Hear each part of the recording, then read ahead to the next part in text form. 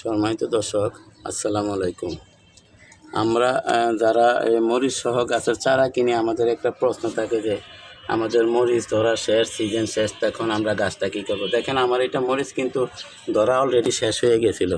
তো এই যে দেখেন আপনারা, এই যে মরিচ ধরা কিন্তু শেষ হয়ে গেছিলো। তারপরে এই যে লাস্টে দুইটা মরিচ এই যে দেখেন পেকে গেছে, দেখেন আপনারা, এই যে গাছে পাইকে রয়েছে।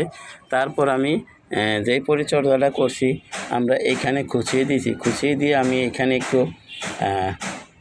খোল গুঁড়া দিছি, একটু খলির গুঁড়া দিছি, একটু হাড় গুঁড়া দিছি, আর একটু 1 চিমটি পটাশ সার দিছি, দিয়া এইভাবে রাখে দিছি। দেখেন আলহামদুলিল্লাহ আবার এই যে ফুল এসে ভরে গেছে, দেখেন আপনারা। তো আমরা যদি এই প্রতি চালানে যদি আমাদের এক সিজনে যদি আমাদের এই গাছগুলা মরিচ ধরার পরে আর যদি ফুল ফল না হয়, তখন আমরা অনেকে গাছগুলা ফালাই দিই।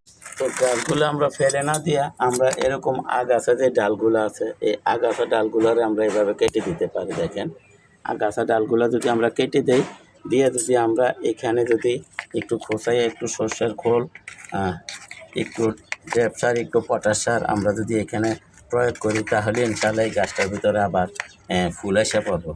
তো এখন আপনারা দেখেন, এই যে দেখেন এখানে ফুল আসছে, ফুল আসা পর্যন্ত আপনাদেরকে এতটুকু দিলাম, কিন্তু ফুল থেকে ফলের পরিণত করতে হলে কি সার দেওয়া লাগবে, এই ফুলগুলো আর ঝরবে না কি সার দিলে, সেই ভিডিওগুলো ইনশাল্লাহ সামনে 1 সপ্তাহ পর আপনারা পাইবেন।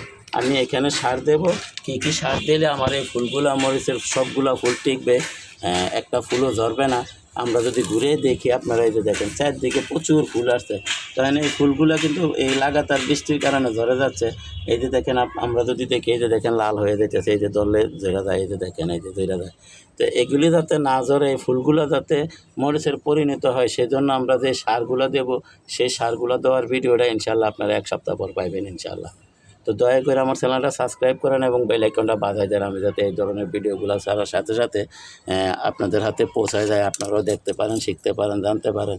তো আমরা শুধু এই ফুল আসা পর্যন্ত দেখাইলাম, ফুলকে ফলের পরিণত করতে কি করা লাগবে, সেই যত্নগুলোর ভিডিও ইনশাল্লাহ এই 2-4 দিনে বা 4-5 দিনে আপনারা পাইবেন। তো আশা করি বিষয়টা বুঝতে পারছেন। সবাইকে ধন্যবাদ জানিয়ে আজকের মতো এখানে রাখি। আসসালামু আলাইকুম ওয়া রাহমাতুল্লাহি ওয়া বারাকাতুহু।